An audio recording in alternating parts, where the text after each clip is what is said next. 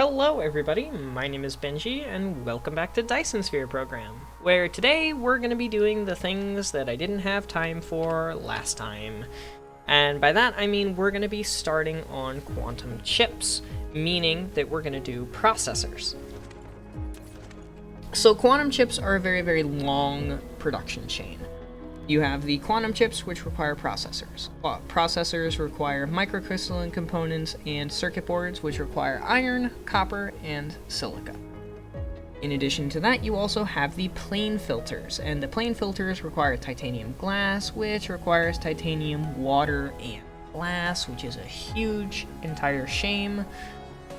And they also require Casimir crystals. Casimir crystals require an immense amount of hydrogen, a 4-to-1 ratio in fact. Titanium crystals are optical grading crystals, both of which are expensive in their own ways. And finally, graphene, which is extremely expensive or a nuisance with a hydrogen byproduct. So these things are a mess, and we're going to do the easy part first, which is the processing portion. And the way that we're going to do that is we're going to use one of my already created blueprints for circuit boards. Now, the circuit boards, the green chips, we need a total of 100. We need 60 green chips for the frame material that we made last episode, and we need an extra 40 for the processors involved in the blue chips, the quantum chips. So we're going to need 4 of these lovely setups, which I'm going to set up just like this, assuming it actually allows me to place those extra ones of these guys. Usually when it doesn't let you place something like that, it's rather simple. It's just a matter of either it's too close to the machine. Too close to another logic station is also a possible problem. So I guess we're going to get rid of this and try that again. And we'll just go on ahead and move it to the next tick. And it looks like it's the same issue that's occurring. And it looks like that issue is possibly to do with it not wanting to fit on with these guys. At least that's what it looks like it could be an issue. Yeah, that's the problem. So we need to take these 2 ticks back, which is also going to require getting rid of that. That one only needed 1 tick back, so what was your problem? Get rid of you. And grab you instead. Huh. That's weird. Oh well. That is working as intended now. Gonna be a little weird looking overall, but that's not the end of the world. Not the end of the world at all. And luckily, that is green chips completely done and dealt with the exception of the fact that we're not producing any ingots on this planet. There are no ingots being done on this planet whatsoever. So, and there's also, like, no copper. So that's a no-go.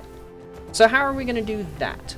Well, I conveniently have some space over here for some logic vessels, where I'm not really going to be able to put any processing machinery or anything like that. So we're just going to put a whole bunch of these interstellar logistic stations down. And by a whole bunch, I apparently mean 2.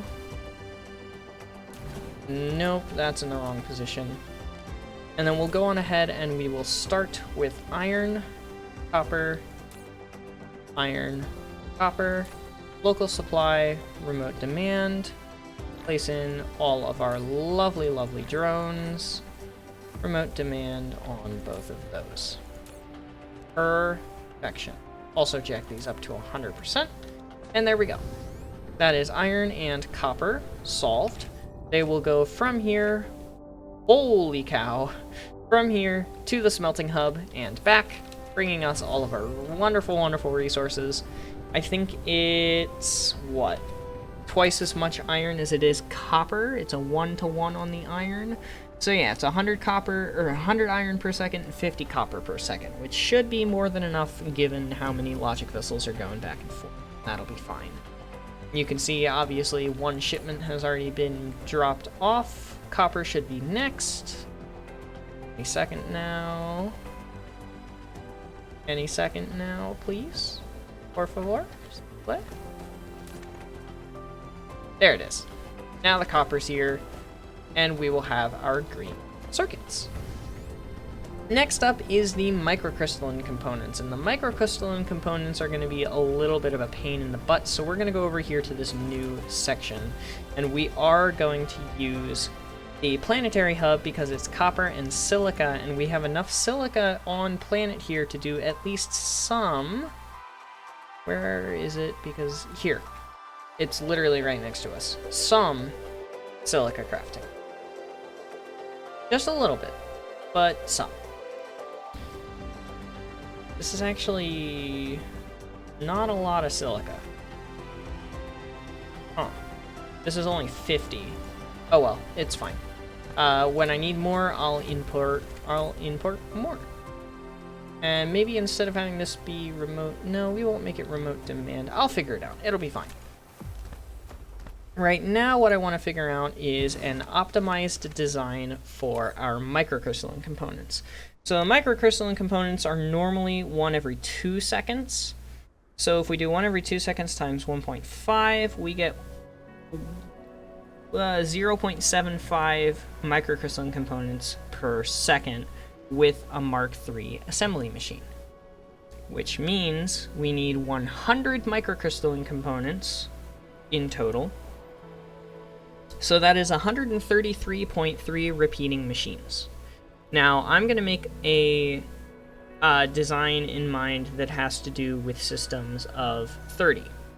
Because of the fact that it's 0.75, aka 3/4 of a part per second, if we do 30 divided by 0.75 and do 30 microcrystalline components per set, that's 40 machines.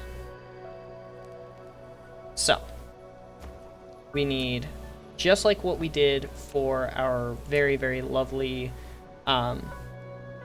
Dyson sphere components, we're going to need 4 sets of 10 machines. We're going to need silica, and we are going to need copper coming in, microcrystalline components going out, 2,000, 3,000, and 3,000, like so. We'll have the 1 belt going in, of course, and then on either side of our machine set, the 2 coming out. And you guys have seen this a billion times. I'm going to do the same thing for our lovely processors, because we don't have an advanced blueprint for the processors yet, but I'll go on ahead and do that here as well. So the processors, we need... Let's see, 30 and 20, so we need 50 processors per second total.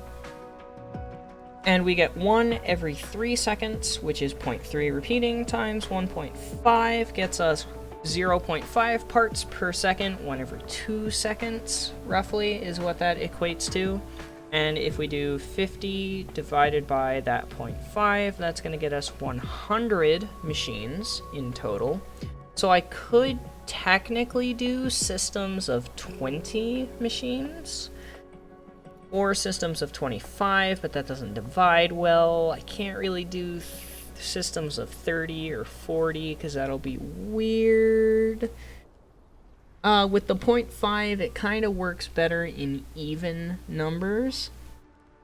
So I honestly might just take that 40 design that we're about to do for this, for the microcrystalline components, and repurpose it as another 40 machines. Because we need 130 machines. We're going to have 40 machines per set. 130 divided by, oops, extra 3 on my calculator, is 3.3 sets, so 4 sets for that one, for the microcrystalline components. And 100 divided by 40 would be 2.5, so 3 sets for the processors. So yeah, we're literally going to let's take a look at it.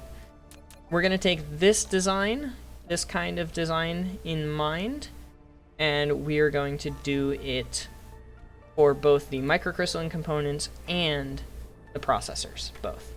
I'm going to take care of that, and then I'll be back in a moment so that we can get diving into some more complicated things, like the titanium glass, titanium crystals, graphite, all that stuff. I'll be back momentarily. Alright, and that is the microcrystalline components and the processors, both completely finished. Look at all these drones just moving and freaking grooving, dude. Now, I don't think I actually have enough throughput for this, if I'm being honest. Like, if we look out here, the space is cluttered with these things. But I honestly don't think that I have enough throughput. Between the amount of copper and the amount of silica and the amount of iron that we're using, I just don't think I have enough vessels. Now, I could be wrong because there is still storage here.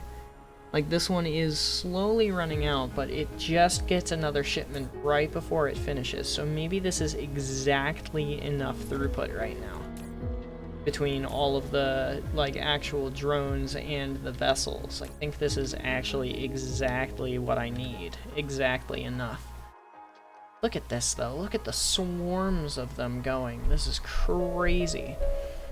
But that is processors done, and I do have processors shipping out. So the processors are a remote supply for our original world, the Dyson component world, in order to make the frame materials. So those are now done. And that is the processor portion, the very easy portion of the quantum chips finished. Whew. Craziness. Okay. Next up on the list is actually going to be our titanium glass. Now, titanium glass has a couple of things. Titanium glass, first of all, needs glass. It needs titanium, and it needs water. Now, there's enough titanium on this planet that I feel comfortable doing titanium smelting here. We only need 40 titanium. That's that's less than what one of these systems produces. So I'm just gonna find a spot for this system. I can't put it there because of placement issues, but I can place it here. And I'll just go through and fix what I'm missing with the foundations. That'll be fine. Obviously, I'm missing some belts right now, but this is the world that I have as my quote-unquote hub world, temporarily speaking. So I can literally just do this. Wrong. Oh, I was off center. And grab my belts. And now I have belts. And I have so many drones, it's literally perfect. Alright, absolutely love it. Now, our power generation sucks, sadly. Like, these stars aren't keeping up, and neither is our little planetary ring here. And that's a little bit of a problem, because I don't really have any other methods that I can use to produce everything. So, or produce power, rather, not everything. Trying to do too many different things at once. I don't need this. I just need local because there's plenty of titanium here. I don't have enough stuff to make power. Like, I don't have enough stuff to make extra antimatter, you know? I don't have the stuff for the antimatter fuel rods. The annihilation constraint spheres would be too expensive, especially with the graphene production. Too much of a pain, even. So what we're gonna do is we're just gonna put some more stars down and keep importing this from back home because we're very barely using it. We're using it very slowly. And that should, quote unquote, be fine. at least for now.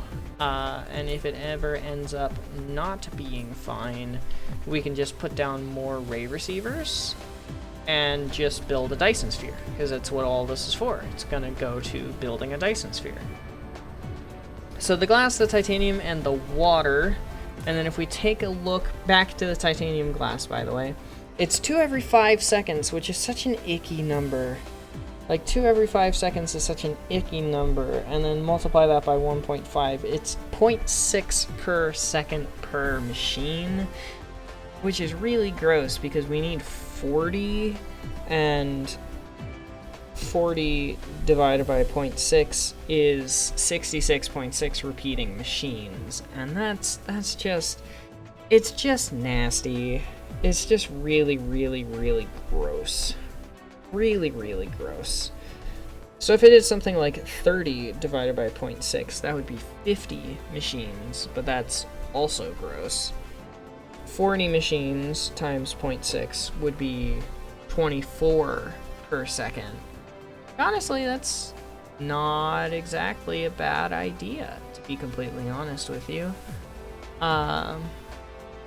24 per second. 24 is a nice multiple of 12. We like those. They're not really multiples of 30, but it's not that bad. The only other thing I could see being done would be 15 divided by 0.6 would be 25 machines, but again, that's like gross because it's a multiple of 5. It doesn't work very well. Ugh, I think the best bet is just going to be to go with that 30 machines. Wait, no, I had it. 40 machines for the 24 per second. I think that's honestly going to be our best bet. And I don't want to use the regular planetary logistics stations because the planetary logistics stations only have 3 input spots for logic requests. And titanium glass is a 3 input, 1 output. So we're going to want to use this. And we're not going to need vessels for this one because we have water on location, we're going to have glass on location, and we have titanium on location. So, glass, titanium, and water. Where's water? Liquids, water. Because with the water, go find it, I tapped a lake because there's water on this planet. It's an ice field. There's water. And that's going to produce us our titanium glass. So this goes down to 2,000, this to 3,000, this to 3,000, this to 3,000. Nothing is remote anything. I'm going to wait on the supplies. We're going to do that, that.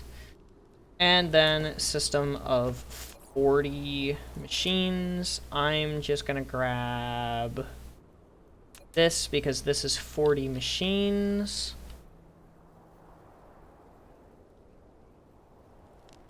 There.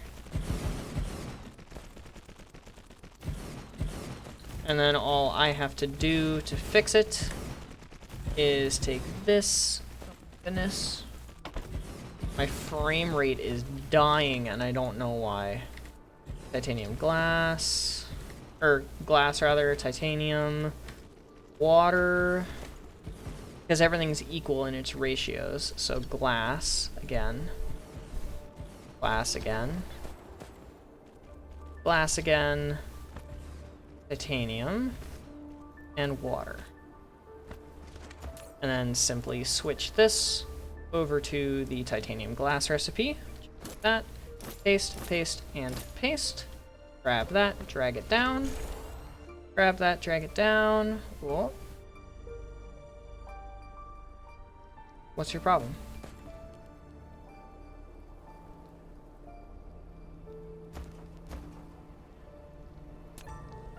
Oh, I see what happened. It was that one that got cut. There we go. That's better. Grab it, drag it down, grab it, drag it down, and there we go. Now we can do demand, demand, demand, and supply. We can copy this Paste it into our blueprint book. Titanium glass. Titanium glass. 24 wool per second. Count 24 per second. Everything in. Perfect. Titanium glass. Save blueprint. And grab the blueprint. Plop it down next, too close to another logic station? Seriously? There, that works. And we're out of inserters, but that is fine. I can just come over here to my logic one and grab another 300 inserters straight out of the logic station. This is why I love working on the hub world. It's nice and easy to grab new resources. Also, I currently have no glass. And you'll notice I have no glass here. So I'm going to have to take one of these, probably the silica smelting, because I'm pretty sure glass is, yep, the exact same. So we'll have 100 stone ore in and 50 glass coming out. And that'll work perfectly fine. I'll just place it over here right next to the titanium one, which means that I may as well just go on ahead and cover up this whole entire lake because it's going to cause me problems. There. Perfect. So I will be back with the glass. And I think actually future Benji is going to have to take you guys in because I have to go. So future Benji will meet you momentarily. Alright guys, welcome back to Dyson Sphere Program. It is future Benji. I can't remember what I last did, but microprocessors and processors, or microcrystalline components and processors rather, are in. Titanium glass is in. I also did titanium crystals because I literally just repurposed the processor blueprint for this, the 2 input, 1 output.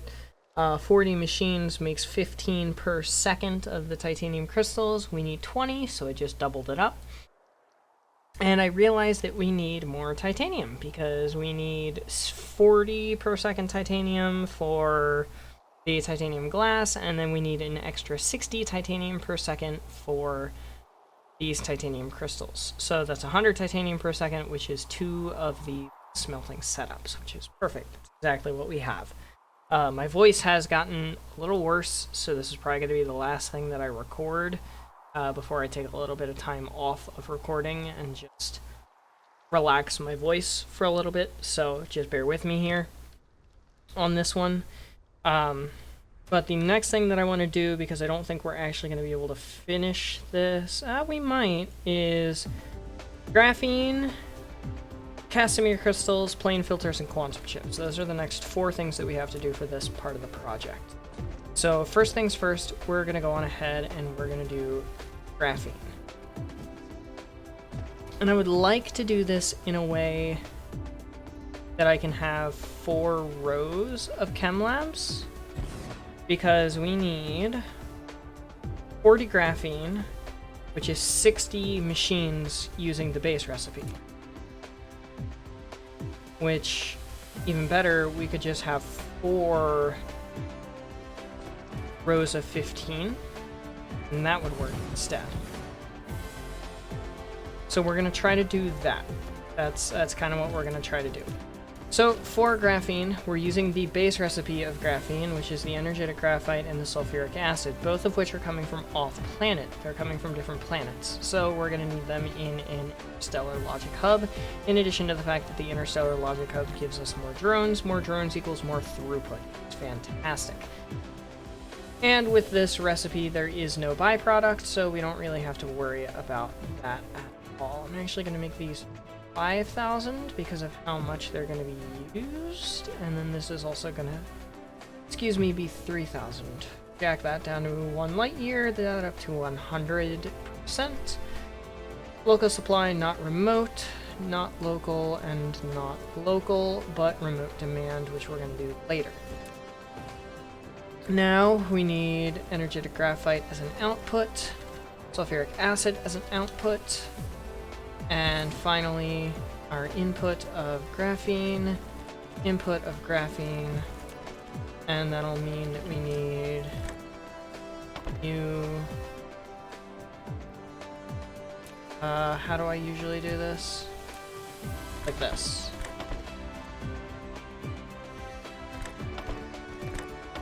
Right? Like that. Yeah. Yeah, that'll do it. And then this, we'll just make it this one, like that. Set the recipe to the base graphene recipe, and then we need 15 of these. So all the way down 15, because 15, 30, and then 60. Exactly what we need it to be, which is fantastic. We like it when things are exactly what we need them to be, don't we? Yes, we do. Then we're gonna want this here. No, stop. Whoa, frame rate. And then you. And then you. That was wrong, but it's fine, because I can fix it. And then... Perfect. Now we just need to mirror this again. So it's here and here. And then I think it was the inside belt to the outside thing. Yeah, and then the outside belt to the inside thing. And then we're gonna need one of these here and one of these there, just to keep it nice and kindly. These are obviously gonna have to extend the entirety of the way down, which is an absolute pain in my butt. However, we have so many drones, it's absolutely not a problem. And you'll notice I have a whole bunch of research queued up in the top left. I fixed my white science setup. It was just a couple of things that ran out of resources on my main planets back in the Assad Australis system. Look at this place. How many interstellar and planetary, look at all the hubs. There's so many hubs, it's great. Glorious seeing our expanse progress. We are conquering an entire universe, and I feel like a kid in a candy store. It's so fantastic. Oh yeah, and last but not least is this one. I'll get all the rest of these placed in, and then we can move on from there into the Casimir Crystal setup, which I'm actually going to have to go a little more in depth into. So I don't want to waste all of my time in this video talking about graphene. So I'll be back in a second. So I'm currently doing some math for the Casimir Crystals. Now, in terms of Casimir Crystals, we need 20 per second, which doesn't sound like a lot until you realize that each Casimir Crystal requires 12 hydrogen, which means we need 240 hydrogen per second. That's a lot, especially when you take into account the fact that one 30 belt of hydrogen, which is the fastest belt, one 30 belt of hydrogen can only supply 10 machines. And we need 50, or not even 10. That would be 10 Mark 1 assemblers, or Mark 2 assemblers. With our new one, oh man, what would that even be? 3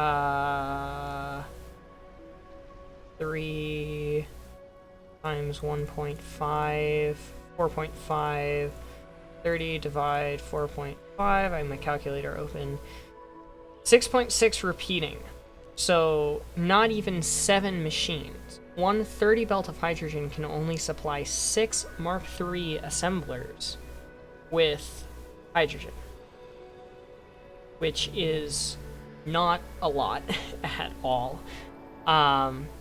So it's a little bit of a design dilemma how we're actually going to need to do this. And I have a thought, and that thought is because of the fact that we're going to round it and say 60 machines. What we can do is something very similar to what we did in this blueprint. Did I never blueprint it? Oh my gosh, I didn't blueprint it, did I? You're kidding me. Oh, I don't even remember. I don't even remember what episode that was. I think I didn't blueprint it because I knew I would be redesigning it. What I was saying was we have our 6 machines, and we've got like our... Here, let's go on ahead and set this up. So Casimir Crystals need titanium crystals, graphene, and not you, hydrogen, in order to make the Casimir crystal with the base recipe. So we have the titanium crystals, and then the graphene, and then we'll have 1 belt for hydrogen coming along these 3. This.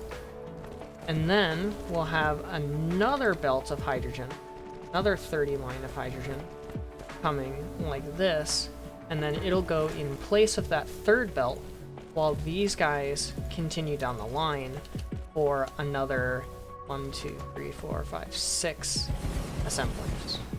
Like that. And then that'll take care of 6, 12, 24 out of the 53.3 repeating. 53.3 repeating divided by the 24 is going to be 2.25, roughly 2.22 repeating technically systems. So 3 systems like this. The other thing is the fact that this is going to require warpers, because where do we get that much metric fuck ton of hydrogen from? Well, we get that much hydrogen from gas giants. Very specifically, gas giants that I've already gone out tapped, which tapped quite a few. So this does need to be transport range infinite, orbital collector clicked, warpers required clicked, min load of drones 100%, 100% for the vessels as well. This is going to end up needing to be a local demand. This is going to need to be a local supply. I'm going to need to put drones and those in. This is going to be a remote demand and a local storage. This will be a local demand, this will be a local demand, and that'll be a local supply, and that is correct. And then obviously the Casimir crystal, just the base recipe here. And then we can go on ahead and just do like this, this, and this. And then because of the fact that we're not doing a system of 4, what we can do for these inner ones is we can have it like this, copy this one over, and then we can do like that as well. And now if I bring this the entire down, obviously I'll have to re-extend the belts, but that will cover all of them. And then that will be our Casimir crystals fully dealt with and designed. Which is nice. The only downside is that obviously the fact that we do need the warpers. The warpers are required for this build. If you don't want to use warpers, good luck producing that much hydrogen on one planet completely on its own.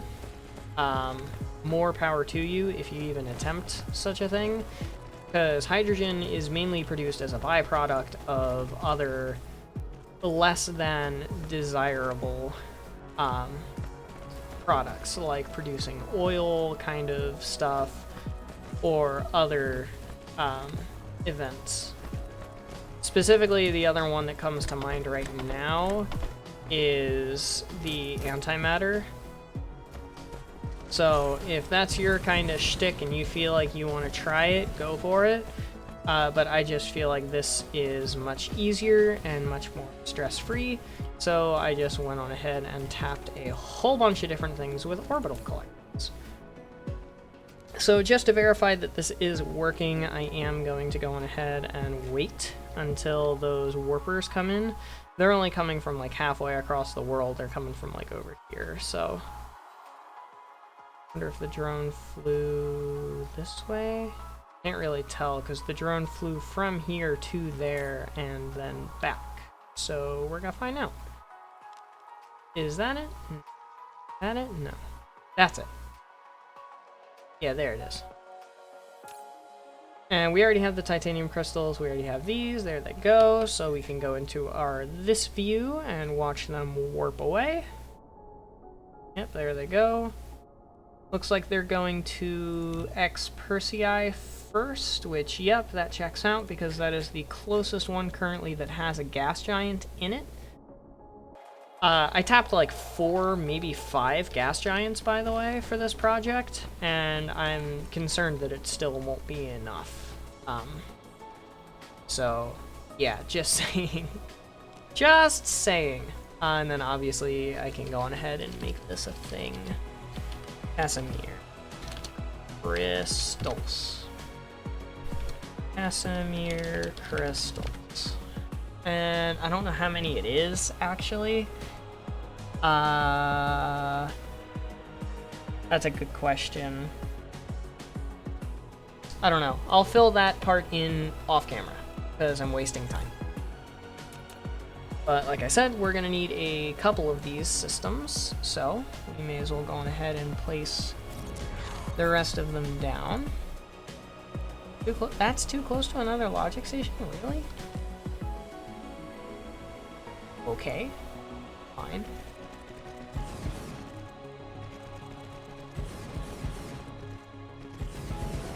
And then is that too close? That is a collide with other objects issue. I wonder. Oh, no, it doesn't work. I was looking at it, I was like, does that fit? Does that fit? Because that would be so cool if that fit, but no, it does not. It does not fit. Which means that I'm just gonna put it tip to tail, just like Vector Edition. That was wrong, by the way.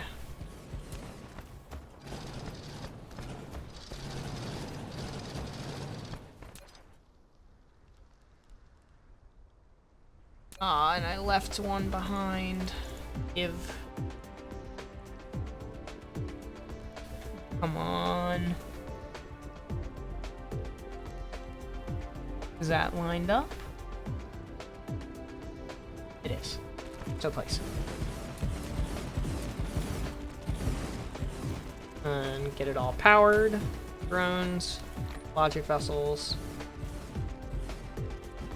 And then obviously we need to still wait for the warpers. Man, I'm going way over on time here. So that's actually going to be it for today.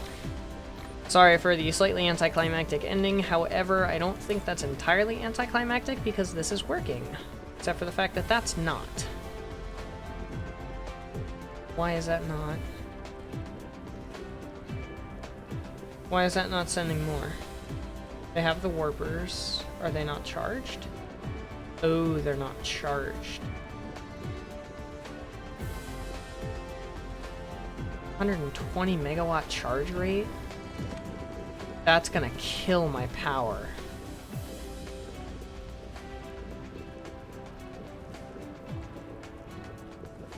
Yeah, no, that's gonna kill my power. There's no way I can sustain that.